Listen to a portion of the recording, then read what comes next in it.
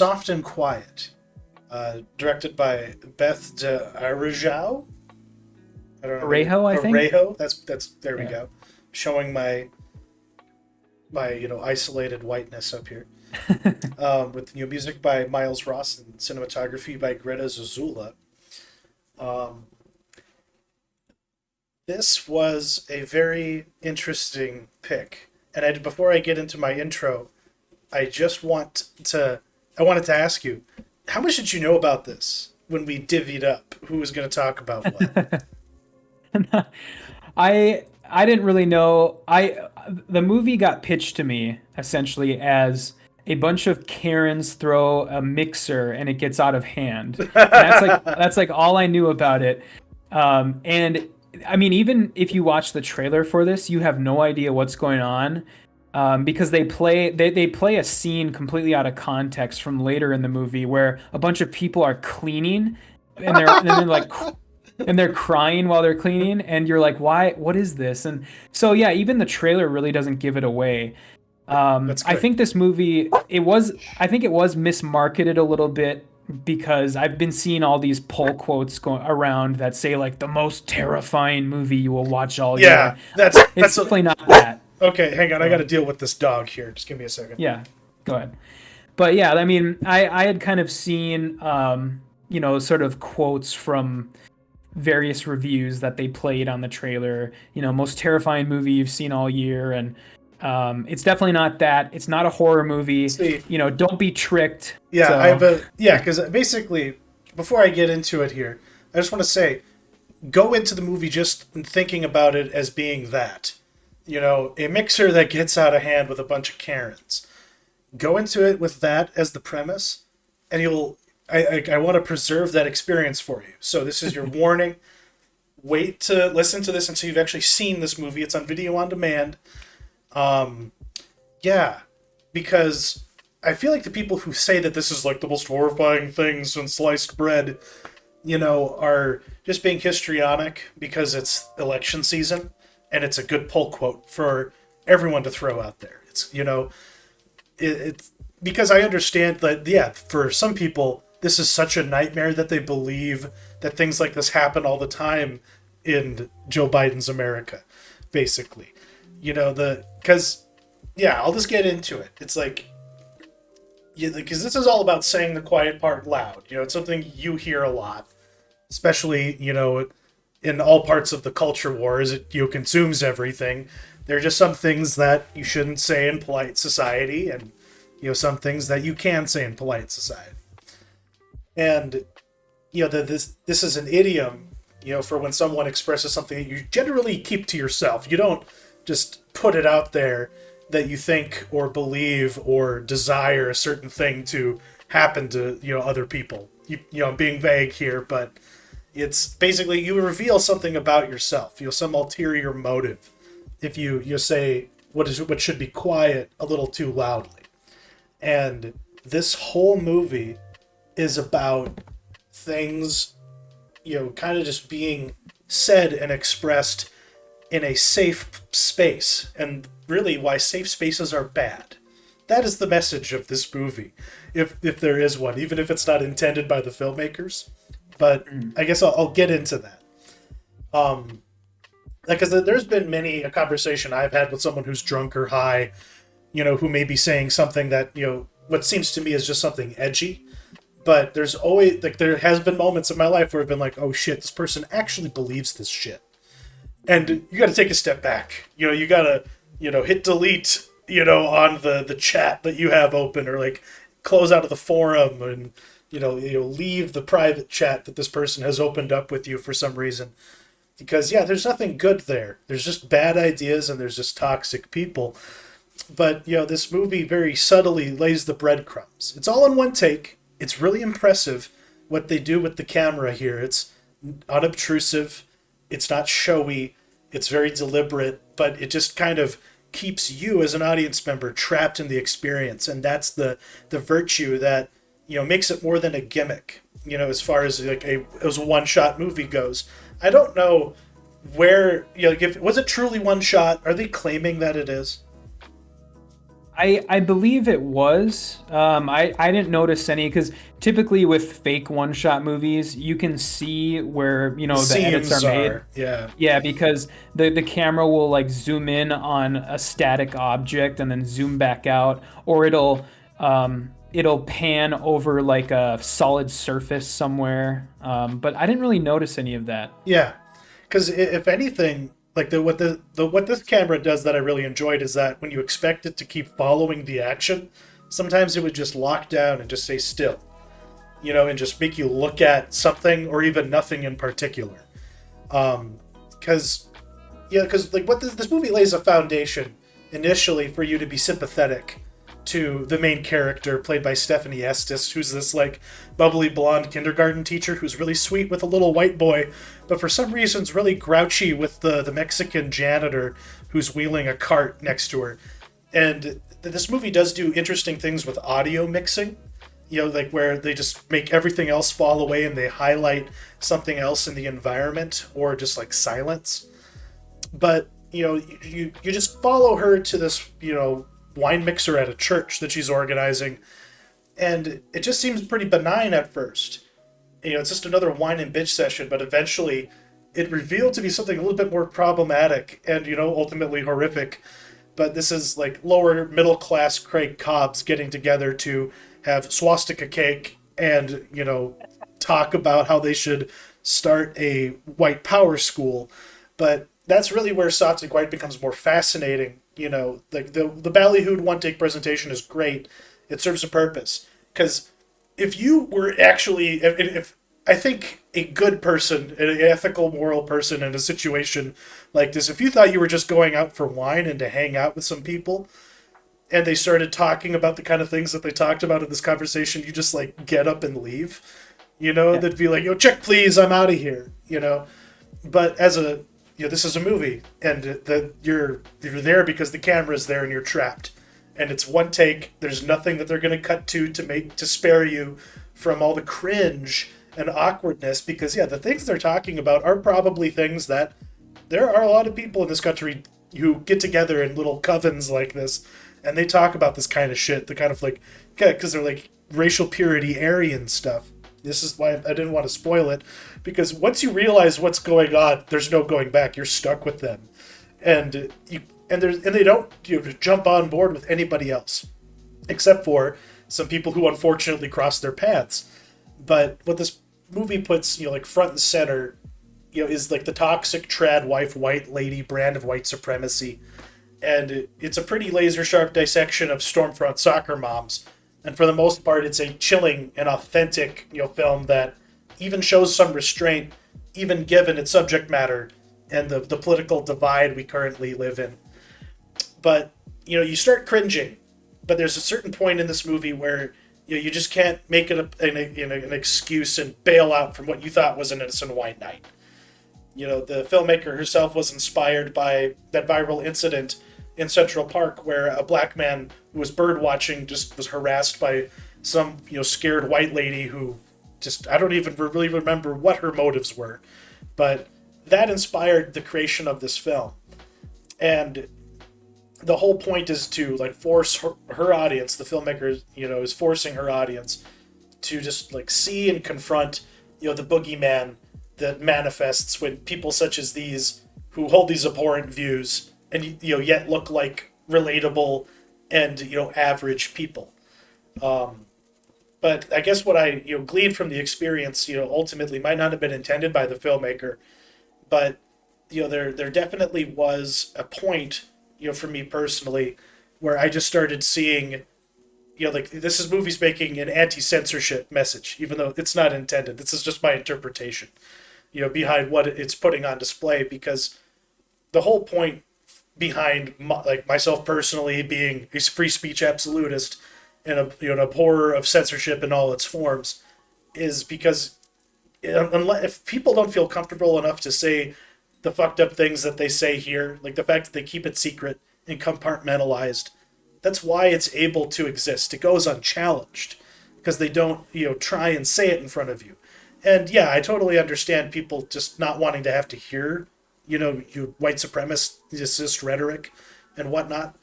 But you don't like people don't feel inclined to go to meetings such as this, unless they basically are pushed there, but in some ways by society not being able to properly educate them and point them in any other direction. You just create an echo chamber for bad ideas. That's. But I won't belabor my political arguments any further. As far as the movie's concerned, it delivers. On every level. I really enjoyed it, and it's a very timely little thriller. Especially to come out right before the midterm elections. But what was your take on this movie?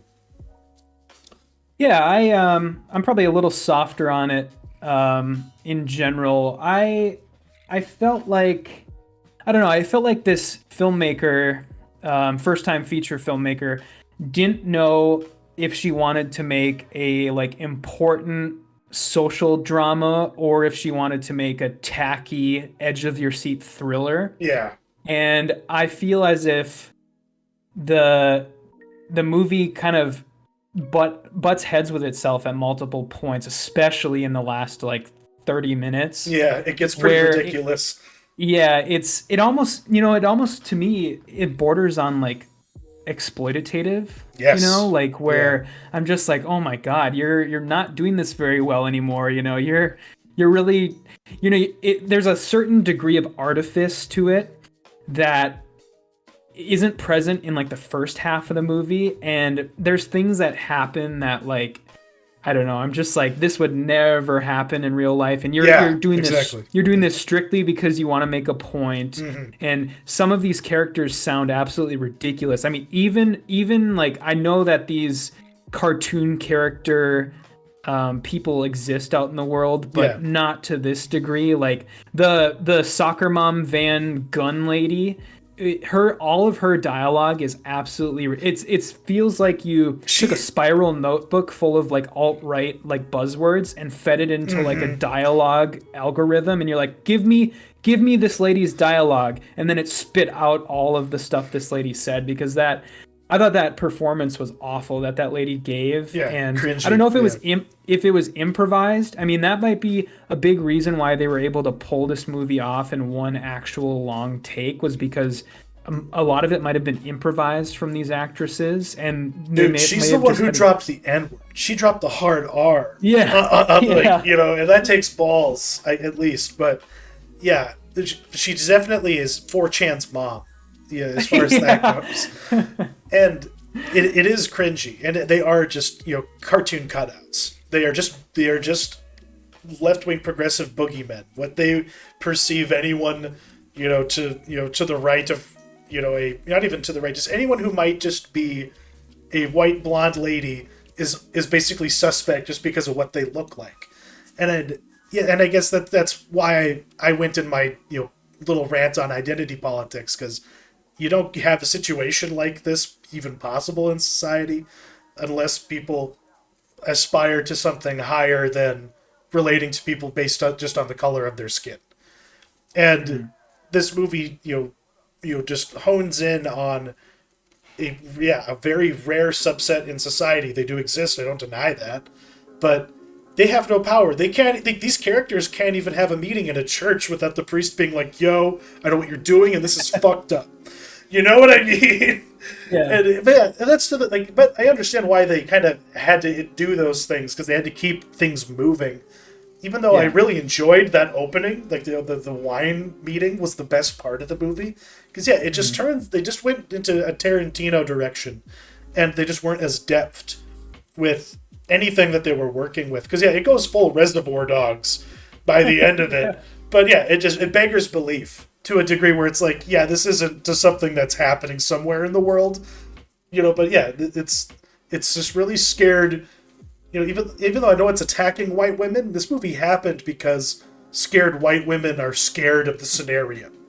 The idea that a gang of evil white supremacist soccer moms could show up at your house and murder you with peanuts, that's the worst thing ever. Yeah.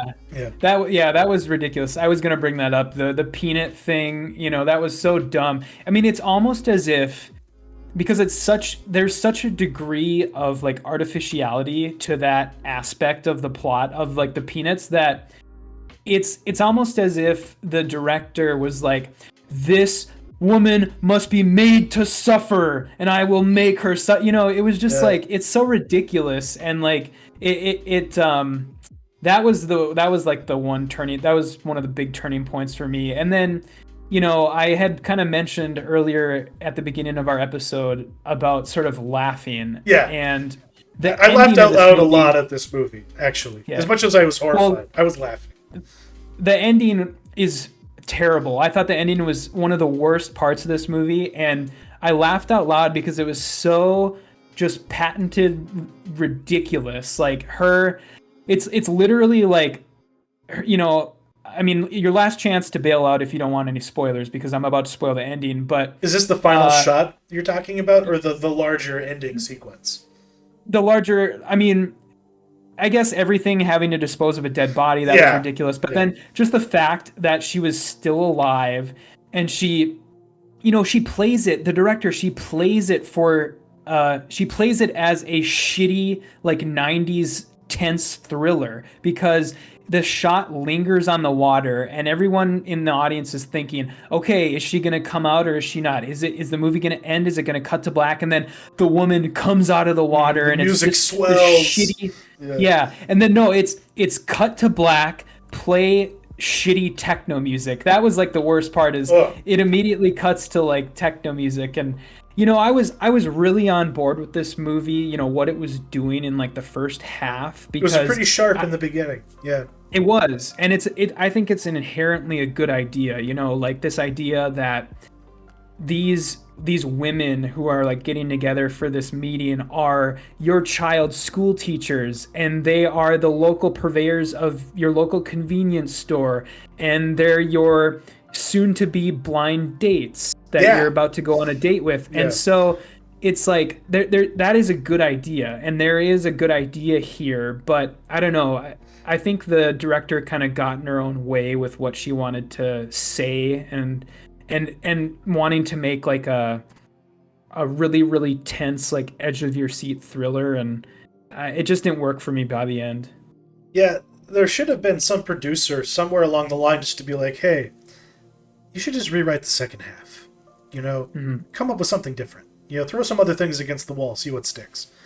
Because, yeah, there was just too much confidence in whatever the first draft of the story was, and it needed a lot of work. Because what she went for, it missed wildly. And, yeah, it makes it really absurd and hilarious at times. But I was along for the ride. I was captive to it, even though I kept on getting interrupted. But, yeah, definitely not for everyone. I don't recommend it for everyone, but yeah, if you're someone who already voted or is thinking about voting, watch this and then think long and hard about the ballot box. What you're gonna check when you go in. But anyway, Yeah, and as far as like things, not to just like completely shit on it, I there was some things that I did like. You had kind of alluded to it earlier, the sort of reveal that they were actually in like a church, because yeah, I thought that was somebody's house. like a I didn't cabin realize. initially. Yeah, Yeah, like someone's cabin, and I thought that was really well done. I mean, the pie thing was well done, like the swastika on the pie, revealing that, because at times, she's walking around with that pie for the entire first 20 minutes of the movie, and there are times when like the tin foil is coming up, and she's like she's careful to like put it back to like make it go back under the pie. And so I mean, that was well done.